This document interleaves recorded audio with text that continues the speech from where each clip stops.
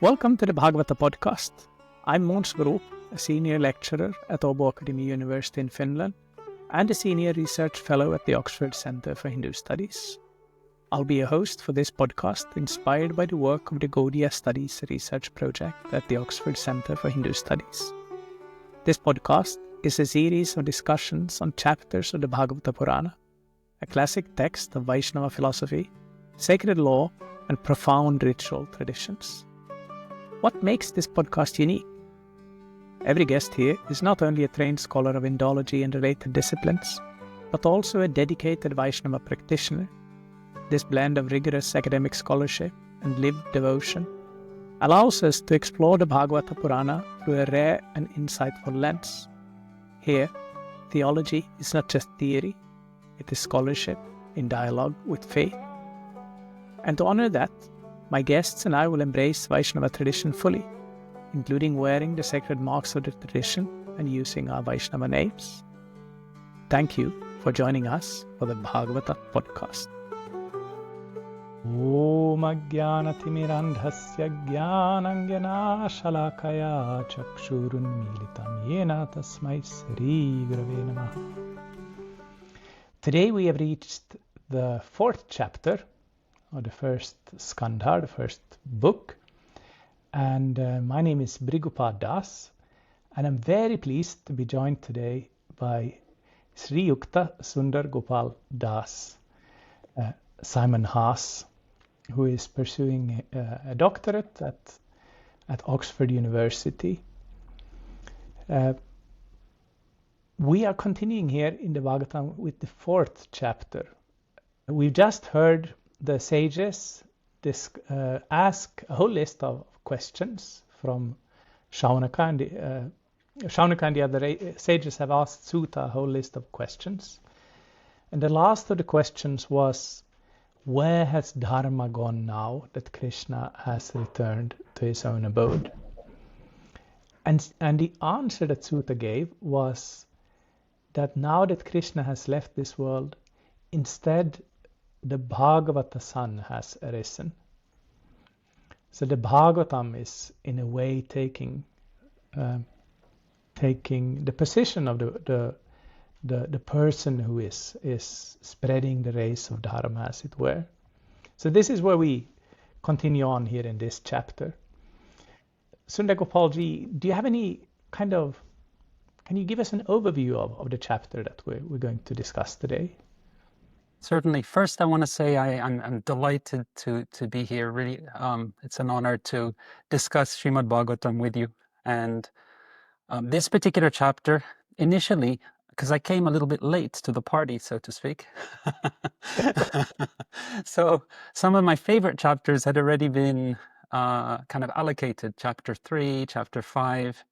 But looking at this chapter, which is a short chapter, just I think 33 verses, it's a beautiful chapter that lists a number of key questions, and Baladeva Vidyabhushana Broo, he explains in his commentary that it sets out the qualities of a teacher and the qualities of a student.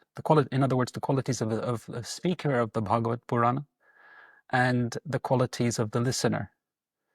So for me, it's a very inspiring chapter. And sometimes we're asked to speak on the text, and very often we get the opportunity to listen, but to know that there are certain kind of ideal requirements for both the speaker and the listener is very interesting. That will be interesting to see what the Bhagavatam says about this. I also thought about you when I reread this chapter. And I was thinking that there are some things here that might appeal to you, and with your particular knowledge base and your sensibilities. But we'll probably come back to that towards the end of the chapter.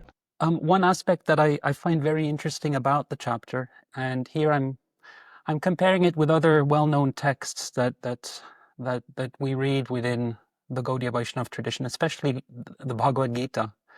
So models of speakers and models of listeners. So for example, in the Gita, you have two listeners of the text, Arjuna and the blind emperor Dhritarashtra. They both hear exactly the same text, but one of them undergoes a process of transformation by the end of the text, and the blind king doesn't. He remains unchanged, although they're hearing the same teachings. So I am very interested in like the rhetorical strategies or pedagogical strategies in a text as a well-crafted vehicle that acts directly on the reader or the audience.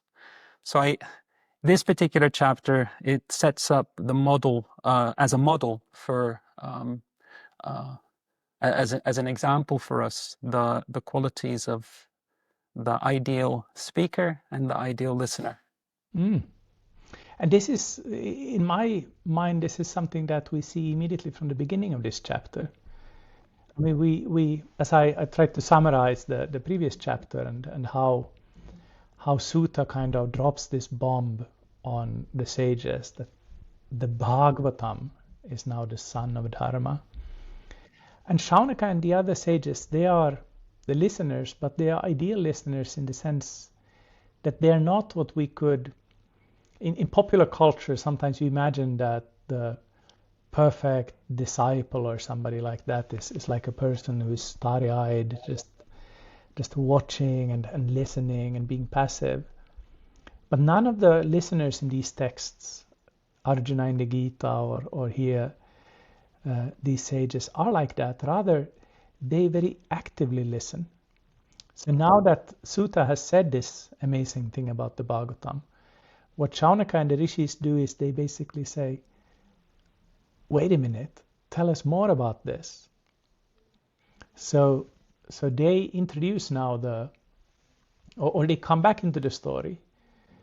And they say in the second verse, or Shaunaka says, please relate, in Prabhupada's translation, please relate the pious message of Srimad Bhagavatam.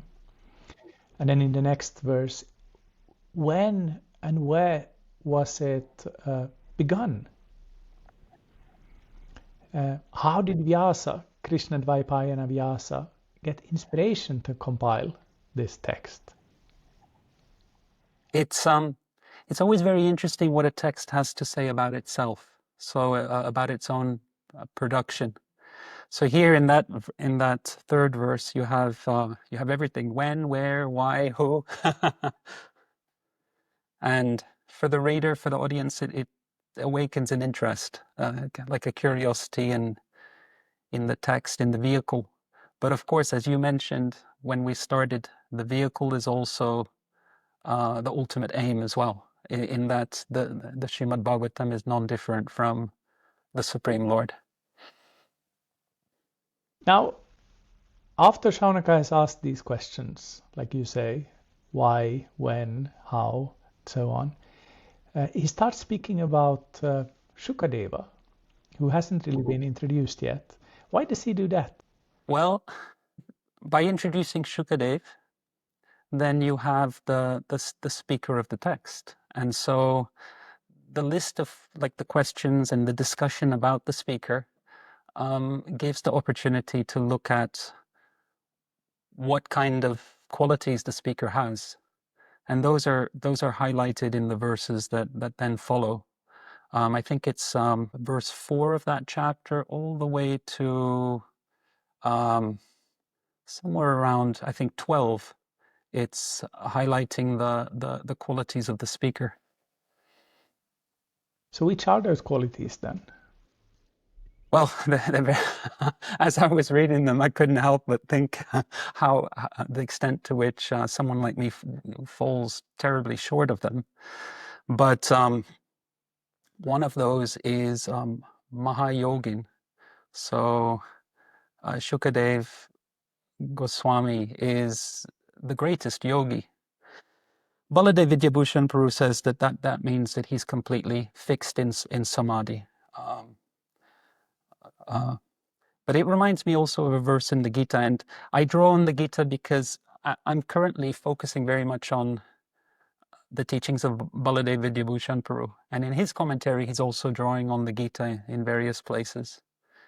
One definition of the highest yogi in the Gita is, what is it, chapter 6 verse 32, Atma paumyena sarvatra samang pashyati Arjuna asukam va yadi va dukam. So that person sees the good fortune, so sukha meaning either happiness or good fortune, and dukkha either misfortune or unhappiness, sees the good fortune and the misfortune of others as if it's their own. So usually in this world we tend to see the opposite of that, where if someone who we view as like a competitor, if they're not doing well, then secretly we're pleased. And if someone, and we may even count them as our friends, if they're doing better than we are, then somewhere in our heart there's a little bit of like, we're wishing that we had that.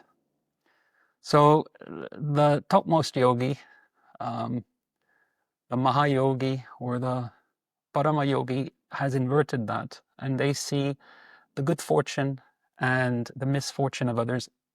I won't even say as if it's their own. I will say it is their own. That's how they view others. That's a very high. It's a very high level, as expressed in the Bhagavad Gita, and as we see in there are some similar verses in the Bhagavad Purana as well. Another quality is samadrik. So they see all things equally. Baladeva Vidyabhushana says that means that they see a stone and like a gold bar, a solid gold, they see that equally. In other words, they're not obsessed about the value of things in the way that ordinary people calculate them. Fully realized in Brahman also. Nidvikalpaha means free from thinking this is mine and this is yours. So again, comparing it to the Gita, the first verse of the Gita begins with that, the opposite of that, with very famous verse, or anyone listening in will know it, where the blind king, he says, Dharma kshetre kurukshetre samaveta yutsava, mama ka pandavaschaiva. So he's thinking in terms of my sons, the sons of Pandu. He's making those divisions, and in the verse he's expressing fear, attachment, lamentation, the three types of suffering associated with time, and he's caught up in like the small human story that we live out in the world. So the speaker of the Bhagavata, the ideal speaker, is someone who's crossed beyond the small human stories that we become obsessed with in this life, in this world. And one last, a couple of other qualities are mentioned, which I found really interesting. One of them is they've overcome sleep. So I've heard that before. I never quite understood it. So like also Arjuna is known as one who's conquered sleep. And I always wondered what that meant. And in the commentary of Baladeva Vidyabhushana, he explains that it means that their ignorance is destroyed. So they've overcome avidya or nescience. And then the last quality is that they're not worried about appearing as a fool. So, in other words, the speaker of the Srimad Bhagavatam is not speaking for, to show off their learning, and they're not looking for recognition. But even harder than that, sometimes, we might not be looking for recognition, but we might have a fear of being embarrassed or ridiculed. But the Shukadeva Goswami is someone who, it explains here, he walked through Hastinapur, the city of Hastinapur, and appeared to someone who didn't know who he was, just like an ordinary person, more than that, a foolish person. Or even as a as a madman. Right. Even as a madman. Thank you for this list. I mean, it's an inspiring list in a way, but it's also a kind of scary list. I couldn't help notice that it's basically the opposite of me, most of those things. But there was one thing that I feel that was left out of the list, and that is that the ideal speaker of the Bhagavatam is also completely free from any kind of sensuality. Right. And Right. So you're thinking of verse 5, right? yes. Okay, yeah. Yeah, Shaunaka is mentioning just very briefly this story of how Vyasa and his son once were walking somewhere and they passed some naked bathing girls. And when Shuka walked past, the girls didn't mind. But then when Vyasa came, they all immediately covered themselves and got very embarrassed. And Vyasa then was surprised that why are you making a big fuss when I'm coming, but when my son walked past you, who's probably more in their age and everything, you didn't mind it at all. And their reply then was that he's beyond anything like this.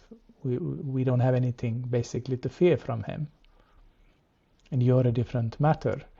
And Vyasa, of course, himself is no insignificant, lusty man. So, Yeah. It's a sharp contrast because you have Vyasa who's elderly and Shukadeva who's a young man. Vyasa is someone who has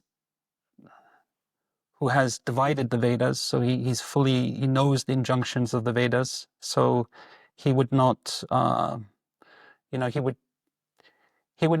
he would follow the rules of the Vedas and not be overcome by what he would see. But Shukadeva's he's just been born and he hasn't had that kind of education in the Vedas. And so there's a real kind of contrast between them, and Shukadeva passes by and they're not bothered by that at all. And then Vyasadeva is following, and they're all quickly rushing to get their clothes on so he wonders what's happening there. And Srila Vishwanath Chakravarti Thakur says that Srila Jiva Goswami in his Krama Sandarbha says that Vyasadeva was thinking, he was astonished by that, and he just could see all the reasons why they should put on their clothes when they see Shukadev and not put on their clothes when they see him. And in Vyasadev's mind, Jiva Goswami explains, he thought, well, maybe they didn't see his son. Maybe, he passed by quietly and they didn't see him. Or perhaps even they looked at him with longing. And not sure what the answer to that is, he stopped. Although he's pursuing his son, he wants to stop and find out, what happened here. The verse itself is really quite beautiful. I like the way that in Sanskrit a lot is said by implication. So it doesn't actually say that Shukadev Goswami was naked, but it says that Vyasadeva was anagna. So Vyasadeva was fully clothed. And so the implication is that Shukadev Goswami was running past those young girls playing in the water. He was running that way naked. So that's the third thing that differentiates Vyasadeva and Shukadev Goswami. So they should have, Vyasadeva thought, quickly rushed and put on their clothes when they saw the young, handsome Shukadev. And Vyasadeva wanted to know what the case was, what the answer to that kind of situation was. And Vishwanath Chakravarti Thakur says that when Vyasadeva asks them, then they reply, they say, you make distinctions. You think in terms of this is a man, this is a woman, but your son doesn't. He doesn't make any any distinction on the level of the body. And so they felt comfortable. They didn't feel the need to act on the level of the body when they saw him passing. So I guess it comes back to this not making vikalpas. Right. That was one of the Not qualities. making, yeah, right. Yeah. That's beautiful. How would they have known that Shukadeva Goswami wasn't making those distinctions? How would they have known? And Srila Vishwanath Chakravarti Thakur says that young women have the power to know the inner truth of men and women just by looking at their eyes. That's his answer. Interesting. I was always thinking that it's something that kind of that would kind of emanate from a person like that. Right. But perhaps I'm simply lacking that talent of a young woman then. But well, he says we young women. They're responding. So okay. we young women have that power. Yeah. But I like what you said, Bhrigupada Prabhu, about someone emanating those qualities or characteristics. I don't know if we have time on this particular episode, but that's something my father once told me when he met Srila Prabhupada. He met him for the first time in 1977 in New Mayapur, and he said that he just looked like someone who was not from this world. The word that came out was, he was searching for a word, and he said alien, but what he meant by that is just someone who doesn't belong in this realm. Yeah, I think, I mean, in many ways, particularly for us, but perhaps also from a more neutral perspective, it is quite evident that Srila Prabhupada was an ideal speaker of the Bhagavatam in many ways. But what is our position then? I mean, we're speaking on the Bhagavatam here, but on what authority then? What right do we have to speak without these qualities? Like, for example, this quality of not doing vikalpas. I'm certainly not on that level myself. Right. No, nor am I. What I took away from this is that when we have the opportunity to speak on Srimad Bhagavatam, then we don't. Well, I want to approach that thinking not, oh, I'm now going to speak on the Srimad Bhagavatam. So I won't see myself as a speaker, but as someone who knows I don't have the qualification, and who's approaching that with humility as a practice. So practicing to one day, by the power of the Srimad Bhagavatam, to become to develop some of these qualities that are required for a true speaker. But I think that someone speaking on the Srimad Bhagavatam doesn't really move an audience. You can reach them on an intellectual level. You can reach them even on an emotional level, but you never cut the bonds that someone has with this world unless your own bonds are already removed. So it's the speaker like Shukadeva Goswami that whose narration of the Bhagavad really has an effect. So what are we doing then, if our narration doesn't have that effect? Should we see ourselves as kind of laying the groundwork for somebody else then to come and, like, maybe we can a little bit kind of sweep the ground and somebody else will come and actually then plant the seed, or how should we view ourselves? One thing that comes to mind is if we're speaking on the Srimad Bhagavatam and then a qualified speaker enters the room, we give that seat to that speaker who is truly qualified. That's one thing that comes to mind. And in the meantime, I think our speaking of the Bhagavatam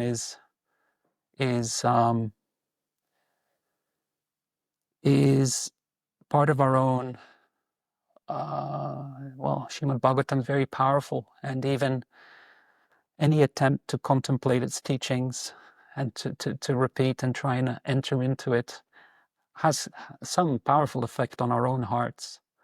But I think maybe not to have the idea that now I'm the speaker of the Srimad Bhagavatam, when we don't even have some of the basic requirements of a true speaker. We're seeing in terms of competition and those who support us, those who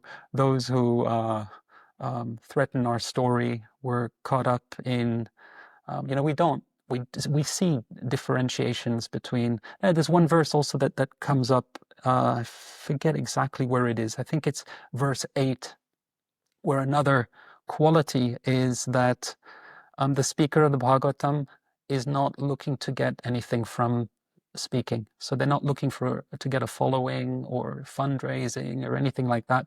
Their only purpose is to benefit the listener or the audience. So that's in relation. There's one of the questions that comes up is Shukadeva is he only stays in one place for as long as it takes to milk a cow. So the question is, if he spoke the Srimad Bhagavatam, he must have stayed for a longer time, because it takes quite a period of time to go through, to narrate and recite the entire Srimad Bhagavatam. So they want to know, and it states there that his only aim is to benefit others. Maybe one thing that comes to mind from this question of what can we do is one thing that I've heard many Bhagavatam speakers do in Bengali, when they will kind of, there are these kind of set phrases that you say, that first of all I offer my dandavats to my Diksha Guru, and my unlimited dandavat pranams, and then to my Shiksha Guru, and so on. And sometimes they will end by saying something like I will speak now Atma Vishuddhyartham, for the sake of cleansing myself. Well, that's beautiful. And that's something, I mean, it can become a phrase, just like a stock phrase that you just say, like, without thinking. Yeah, but if you meditate on that can be quite beautiful. Right, that is very beautiful. And that's something also that Srila Sanatana Goswami says in the Hari Bhakti Vilas, in the 10th chapter, when he writes about speaking or retelling the Srimad Bhagavatam as Vaishnava is supposed to do. It's part of the afternoon duties. And he writes that if you are, you should go to an assembly of Vaishnavas and hear the Srimad Bhagavatam. And if there is no such assembly where you can go, then if you have enough learning, then you should speak on the Bhagavatam yourself to your kinsmen and your friends, to purify yourself. And if you don't have that kind of learning, then you can speak about Bhagavatas, or ancient Bhagavatas, or contemporary Bhagavatas. So you can glorify the devotees of the Lord. And I thought that's quite nice, that this is something that anybody can do. You just can repeat the kind of stories that you've heard about Prabhupada and so on.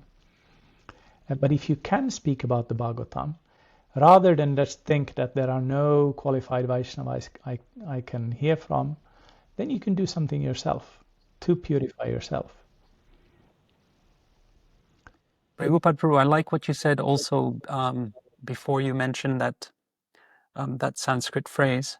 You mentioned the invocations, and I think that as well, if the invocations to our previous teachers, and sometimes that can become rote. So people, one might just utter that without thinking. But if it's if it's uttered with deep feeling and in a meditative way, and truly imploring our previous acharyas to work through us as an instrument, that's a practice that's very powerful. If it's truly done, then the speaker becomes the previous acharyas. What do you mean that the speaker becomes the previous acharyas? If someone has that mode of sharanagati, and of course there are different levels, different stages, we might be able to connect with some of the sentiments of sharanagati for some time, and then it might kind of become erased a little bit. And then through our own practice of Harinam and reading, connecting with the writings of the acharyas, the connection comes back again. And then, of course, for more advanced Vaishnavas, Vaishnavis, that remains continuous, more or less continuous. But I think if we approach a text, a sacred text like the Srimad Bhagavatam, and we're not in that sacred space of having a connection, then what we discuss ends up becoming quite, it'll be on a different level, like it'll be just merely on an intellectual level, perhaps.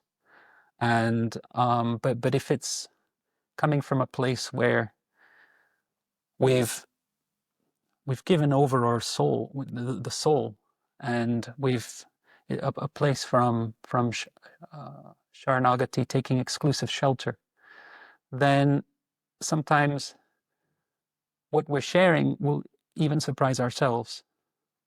And it feels very much, the experience of it is, it feels very much like it's not coming from ourselves. That's beautiful, and I think that's kind of like you could almost call that a mystical experience, perhaps, of becoming. It's not just you sitting there and speaking. Somebody is speaking through you. I can't say that it's happened to me many times, but perhaps I've had a glimpse of that a few times. I have a lot of faith in the invocation mantras. I love them. It doesn't always happen. It doesn't often happen as well. But it's something definitely I aspire for, and it has a great potency to cleanse the heart. The next few verses here, after the verses about the speaker, are verses about the listener, about the king, Right. Parikshit, who's then described in a few verses, and there are questions about him, how come he gave up the world, and so on. What kind of qualities come out here then? We heard about the ideal speaker. What kind of a person is the ideal listener then? So, one thing that stood out for me is that Emperor Parikshit, he's at the height of his prowess. So it speaks about in what is it? I think it's verse 9. It mentions Padaniketam, which means a footstool. In other words, his enemies were giving him wealth at his footstool. So in other words, he's at the height of his powers, his prowess. And Baladeva Vidyabhushana explains that Parikshit was not young. He was young, not old. But he wanted to give up all his wealth along even with his life heirs. So one thing that stood out for me is that the Srimad Bhagavatam is, I wondered, is the Srimad Bhagavatam a text for retirement? And in a way, yes, in a way, no. So it's a text, it's not a text that we pick up at the end of life. Throughout our life, we just ignore it. At the end of life, when we've lost everything, we've lost our youth, we've lost our wealth, possibly, and then we study the Srimad Bhagavatam. But the teaching here is as Baladeva Vidyabhushana Broo explains or implies, is that this is a text to be picked up immediately, not to wait till we're elderly or to wait till we're in misfortune. So in other words, it's for at the same time though, there's a certain kind of inner retirement from worldly life that is required. And that you see that in King Emperor Parikshit. So he's like a certain detachment from the world, but so it's for the voluntarily retired, not the involuntarily retired. That's a very interesting point. It brings to mind something I heard many years ago in India. I have very good friends at Srila Bon Maharaja's Bhajan Kutir in Vrindavan. My Shiksha Guru, Srimad Gopananda Bon Maharaj, he usually stays there. And I remember once many years back, I was asking somebody there that is it common that elderly people join the ashram? And my friends say yes, it's very common that people come all the time to join the ashram when they have retired, and they usually last just a week or so. Really? And the reason is that they've lived a whole life with a wife, making their tea and doing their laundry and everything. So they've adjusting to a more kind of simple life is very difficult at that age when you're so your habits are so fixed and you're used to seeing the world and behaving in the world in a particular way.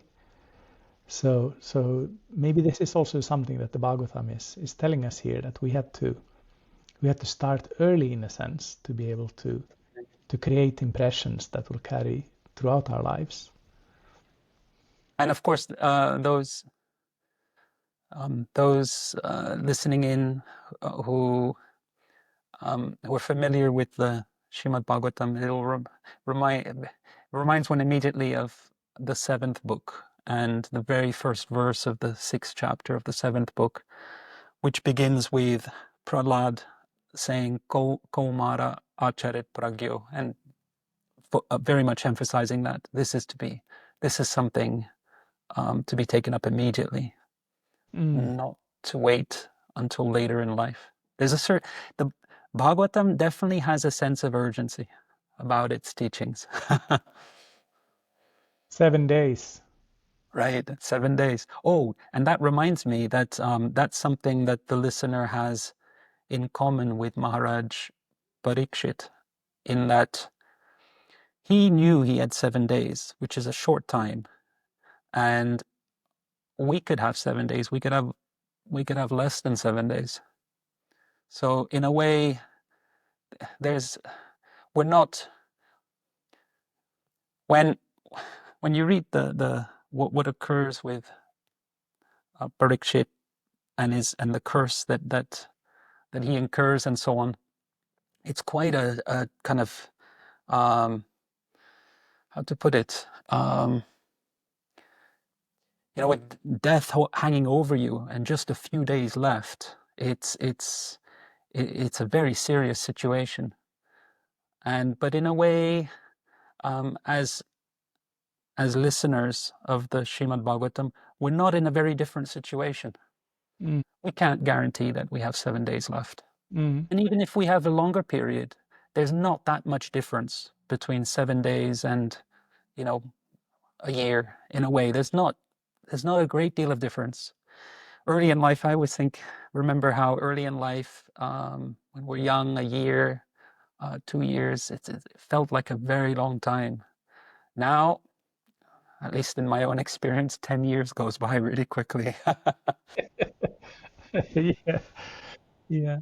My Guru Maharaj sometimes makes the point that Parikshit got 7 days, and in a way we're in the same situation, because we are going to die on a Monday, Tuesday, Wednesday, Thursday, Friday, Saturday, or Sunday. I love that.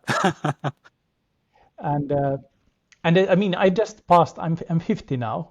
I'll be 51 in a couple of weeks. And I remember when I turned 50, this was almost like a spiritual experience for me, because I realized that more than half of my life is behind me. The men in my family, we don't get very old, so I probably have about maybe 25 years realistically left. So I really need to make that matter, that time. Whatever I've done in my life so far, that's already done and kind of in the past.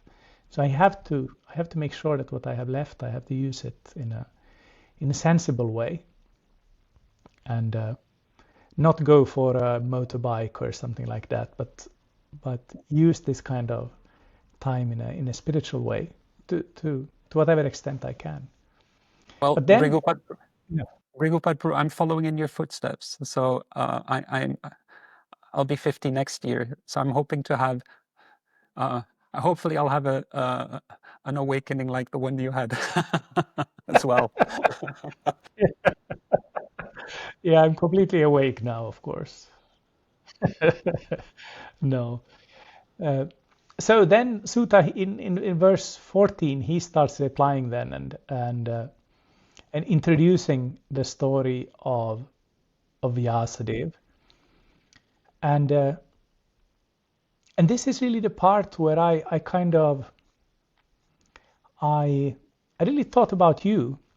I don't know if that's something that you enjoy, but I think most people who know you, and I know many people know you, they probably know you from your work with yoga, bhakti, and the dark night of the soul. I mean, you did just recently. You did or at least you mentioned on social media a course that you had done on this topic.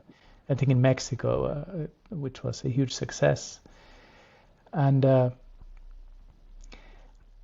in a way, what's happening here with Vyasadeva is maybe not super dramatic, but it is a kind of depression.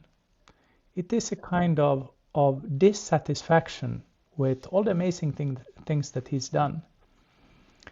And then the Bhagavata sun, then kind of arising out of that darkness, that inner darkness of Vyasadeva's.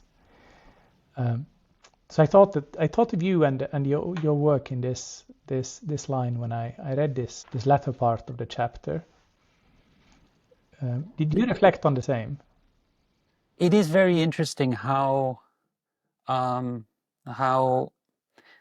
the literature of India, how it treats periods of crisis or depression or difficulty. So in the contemporary Western world, like a dark night of the soul or a period of crisis, there's often a stigma attached to it. And, no one wants to be labeled as the person who's had a crisis at work, who's had a meltdown at work. So when we ourselves go through periods of kind of existential crisis or depression, we tend to conceal it or to resist it or to hide it away. But we see in the various texts of India, of course, the Bhagavad Gita, Arjuna has a very public existential crisis, something he can't hide from anyone. It's right in the middle of the battlefield, in between all the, like in public view of all the kings and warriors of the earth. And traditionally, the first chapter of the Gita is, it has a couple different names. One of them is observing the armies. But another name that traditionally is given to the first chapter of the Gita is Vishada Yoga. The yoga of Vishad literally means despair. So we see some of the greatest works come out of despair. The Bhagavad Gita because of Arjuna's despair. Srimad Bhagavatam because of Vyasadev's despair. when he was at the height of his literary career, so to speak. Other texts as well, the Ramayana, from the grief of its author, Valmiki. In the Chandogya Upanishad, there's the Narada Rishi and the Kumaras, and they're also a portion of the very very important part of the Chandogya Upanishad comes as a result of depression. So it is quite interesting. I of course the parallel with the Gita had struck me as well, but that's interesting. All the other texts that you mentioned.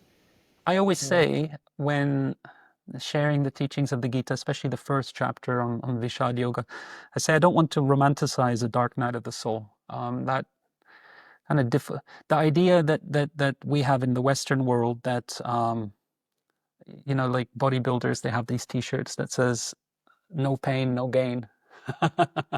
That's not a like a slogan that we find in the yoga tradition or the Bhakti yoga tradition. In that Krishna defines yoga in several ways in the Gita, and one of them is dukkha samyoga viyogam. Yoga is disconnecting or breaking our connection with suffering. So the purpose, or maybe I'll say the effect of these various teachings or the 18 systems of yoga in the Gita is that it ruptures, it breaks that connection with suffering, especially suffering associated with time. So fear, lamentation, confusion. Fear is suffering associated with the future, lamentation with the past, and confusion with the present. But in this case, in the Srimad Bhagavatam, Baladeva Vidyabhushana Broo, he's very quick to defend Srila Vyasadeva. And he says, both in relation to his feeling like an emptiness and depression even, so to speak, but also in relation to his apparent confusion when the young girls playing in a pond quickly cover themselves. Then Baladeva Vidyabhushana Broo says that this is like a setup by the Supreme Lord in order to reveal the Srimad Bhagavatam, and that it's impossible for Vyasadeva to come under illusion. How do you deal with a commentarial strategy like that? Because it seems like well, I understand why the commentators would do something like this. I mean, Vyasa, of course, he's Narayana himself. He's Krishna himself. So saying that he's depressed or in illusion and so on might seem to be disrespectful to Krishna, or even to be a theological problem. How can God become illusioned? On the other hand, when we say that it's all just a setup, it's all pretend and so on, we seem to take away all the human drama out of the Bhagavatam, which is something that many people, including myself, find to be one of the most beautiful things in the Bhagavatam. That it's dealing with people. It's not just kind of actors playing on the stage. That's very interesting, and it reminds me of certain passages in the writings of Srila Jiva Goswami, and Srila Rupa Goswami in Bhakti Rasamrita Sindhu. So it's not so much that Vyasadeva is pretending. It's not that he isn't experiencing this and he's simply kind of making a pretense of it. But the key point is that his feeling of being unfulfilled or even depression, his feeling of emptiness, is not a result of the three gunas of this phenomenal world. So that's something that the Goswamis, of course, focus on, and they're at pains to point out that what sometimes looks, and they're referring here not only to, they're referring here to Krishna and manifestations of Krishna, but also to the devotees, the perfected devotees, that they will exhibit symptoms, they'll have emotions and that look very much like the kinds of emotions that spring from tamas or rajas in this world, but they emphasize that they're actually part of, they manifest from Krishna's essential power, his Svarupa Shakti. So the real difference then is a difference in cause. Could you say, would that be fair? Yes, A right. fair summary? Okay, thank you. Yes, and that becomes very important. So that's something that, for example, Srila Rupa Goswami repeats again and again in Bhakti Rasamrita Sindhu, to the point even where someone might wonder, well, is this not repetitive? But the reason for that is that there were other authors, previous authors who had written on the Srimad Bhagavatam, mostly Advaitins, who were very interested in Bhakti Rasa. So I'm thinking, for example, Vopadeva, Himadri, but who presented that as something that emerges from the three gunas. The Advaitins were strong carriers of the Bhakti tradition prior to Sri Chaitanya Mahaprabhu and also afterwards. And so we see, for example, in Srila Jiva Goswami's writings, he's drawing on many Advaitin authors, but making certain corrective statements. And one of those is the cardinal theological commitment that these various emotions and qualities that one finds not only in Krishna but also in the perfected devotees doesn't emerge from the three gunas. Yeah. Maybe I don't know if you've read it already, but Anand Venkat Krishna's recent book, Yeah, right. Love in the Time of Scholarship, which is such a great title, by the way. It's one of those titles that really make you jealous. Well, I don't know about you, but I wish I would be able to write in such a way as he's doing. But one of his points there, of course, is how much the Advaitins really were engaging with the Srimad Bhagavatam throughout, and it's not just something that comes up with Madhusudana Sarasvati in the when is that, 18th century, but something that is a much earlier project. And this is also something that I've seen in my own work with the Hari Bhakti Vilasa, that Sanatana Goswami, he is extensively referring to earlier texts on Bhakti from an Advaita perspective, but very clearly taking a distance from some of those ideas as well. Right. Yeah. But this thing with spiritual purification and spiritual advancement, freeing you from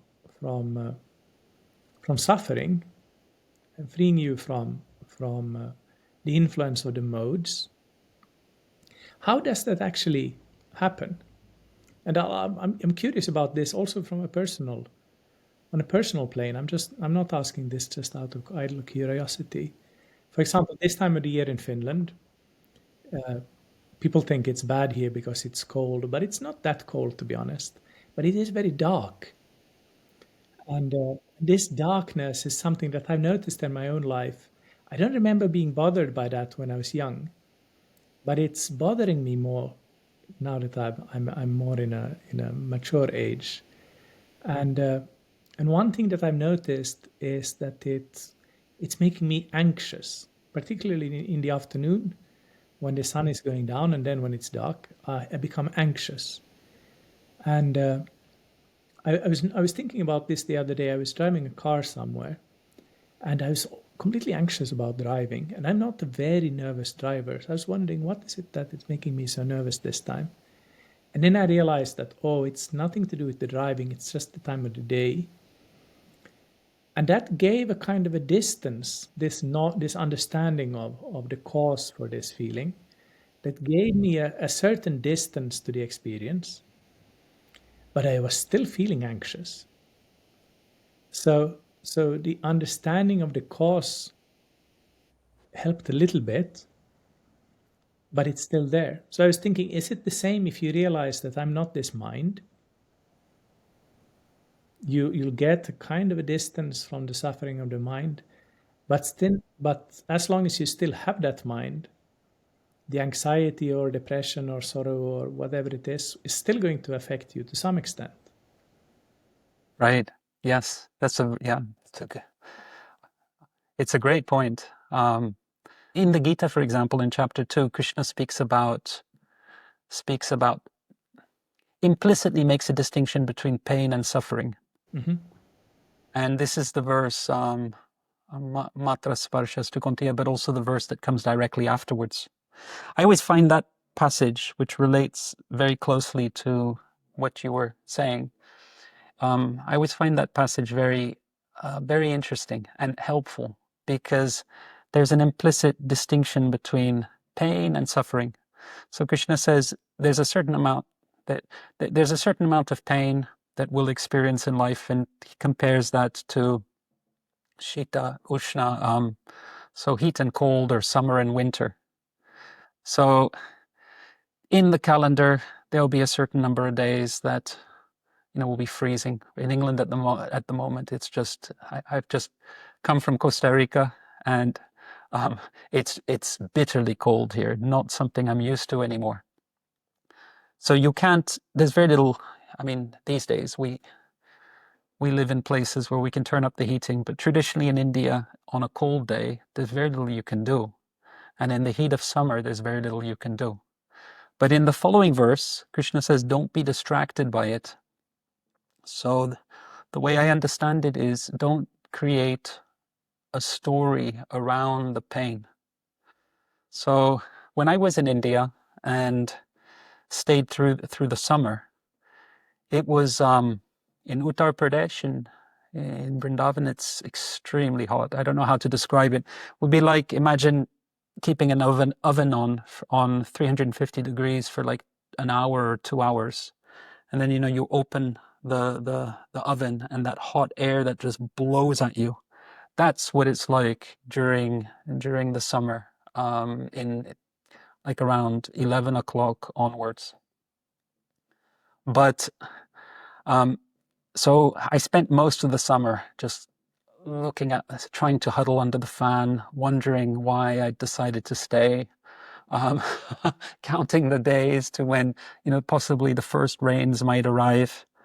And then I just noticed all of these other people who were locals, who were just getting on with their life and didn't seem to be as affected as I was. And then there was suddenly this turning point in my own experience of the summer, where I stopped making a story around the pain that I was experiencing. And everything became so much easier. So suffering is like the pain of pain.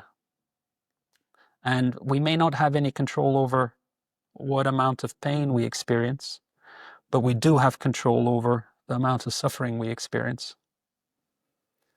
And that particular teaching, which Krishna expresses at the beginning of the Gita, has been very helpful for me. Not that I always remember it, but in times of difficulty, to not create a story around the experience, a story around the pain that I'm going through, helps me get through it. That doesn't fully answer your question, but it speaks to some of the methods for easing the suffering we experience in everyday life. I think the message of the Srimad Bhagavatam is that someone who reaches the level of Shukadeva Goswami, and who really is Jivan Mukta, so liberated whilst still alive, that's a completely different category of experience. Yeah, a nirgrantha, a person who is beyond all binding. So Vyasadeva here, he at the end of the chapter, he is feeling dissatisfied at heart. It says in the 27th verse, and he's repeating some of the things that he's been doing, and what I found to be interesting here at the end is that in verse 31 he has an intuition about the problem himself. Right. Yes. He says, this may be because I did not specifically point out the devotional service of the Lord, which is dear both to perfect beings and the infallible Lord. And then Narada appears, and this, of course, and spoiler alert here to those who haven't read the Bhagavatam yet, this is exactly what Narada is going to tell him. Right. Is the problem. But I find this to be interesting. Many times I missed that on the first reading. That he, as you mentioned, he intuits what yes. And many times it is like this. We need to hear somebody tell us something, but we actually know the answer already. When you were speaking about not creating a story on suffering and so on, I was thinking, yes, I know all of that, but still I needed to hear it again. There's so many things that we could speak about on this chapter, and we've kind of been rushing through some of the verses here on the end, but I think we have to finish for now. But I hope very much that I'll meet you for further chapters down the line. I would love to. I would love to, because it's so helpful for my own personal practice to immerse myself in these chapters of Srimad Bhagavatam. So I'm very grateful for the opportunity. Thank you. It's always a delight to get to speak with you and learn from you. And I feel the same about the Bhagavatam. I mean, this is something that we as scholars, this is an extremely interesting text with so many different levels of interest. But as practitioners, I mean, studying the Srimad Bhagavatam is something that we're enjoined to do on a daily basis. And I don't really do that. I do read the Bhagavatam weekly or every week, but I don't read it every day. And I really enjoy this kind of like doing a chapter at a time, because it gives you an opportunity to go in depth sometimes, but also it gives you kind of an overview in a way that a verse a day, for example, really doesn't. You kind of lose track of the storyline and the way in which the kind of verses lead to each other. So I hope we'll get to do this many more times in the future. I hope so too. And just to echo what you've just said, that with every reading like that, the text becomes a little more and more dear to one. We're very lucky to have the chance to join you today. Thank you so much. Thank you.